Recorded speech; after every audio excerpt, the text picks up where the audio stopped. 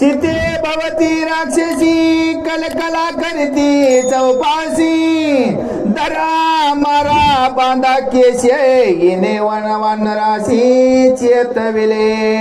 आणि मग त्यावेळेस ती अटरे वाटरे राक्षसनी आणि त्या सीतेच्या भोवतून अटरे जमलेले आहेत आणि कालवा करू लागल्या.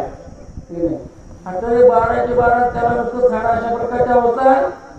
ती राक्षसी कालवा करू लागल्या. अटरीला धरा मारा तिथे केस उठता.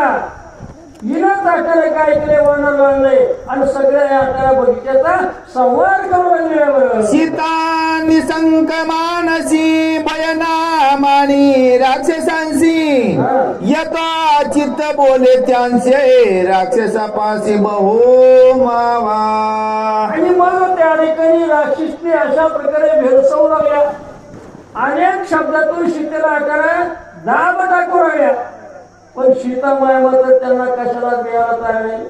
कारण का ज्याच्या आकारा मुखामध्ये ज्याच्या हृदयामध्ये अखंडित अशा प्रकारचं नामस्मरण नाही त्याला कशाची भीती वाटू शकत नाही आणि तो कशाला घेऊ शकत नाही.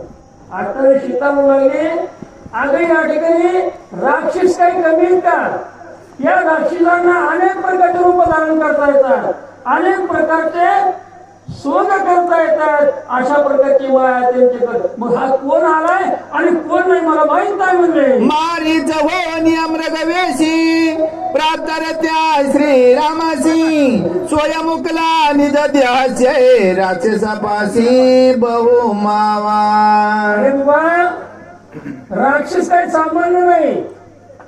राक्षस अनेक प्रकारचे रूप धारण करतात. मारेचा नकार त्या ठिकाणी हरणाचं रूप धारण केलं आणि रामपुराला फसवलं गेलं. पण ज्यानं अटार फसवायचा प्रयत्न केला आणि त्याला मात्र त्या ठिकाणी स्वतःच्या प्राणाला मुकावं लागतंय. तसं रामाच्या बाणानं आणि तो त्याला मारीत त्या ठिकाणी मृत्यू पावला गेला म्हणले. सुरपणका सुंदर तेसी छळाले लक्ष्मणासी कपटे नाडिले नाशिकाशी राक्षसापासी बहु मावा. अखेर ठिकाणी सुरपण का राक्षसी होती बरं का. जिचं काय रूप आठवलं अकराळ वेकराळ आणि भेसूर अशा प्रकारचं आठवलं. परत तो व्यस्तीने त्या ठिकाणी सोडून दिला. सुंदर सुंदर अशा प्रकारची त्या ठिकाणी स्त्री बनल्या गेली आणि लक्ष्मणला त्या ठिकाणी फसवण्यासाठी गेली.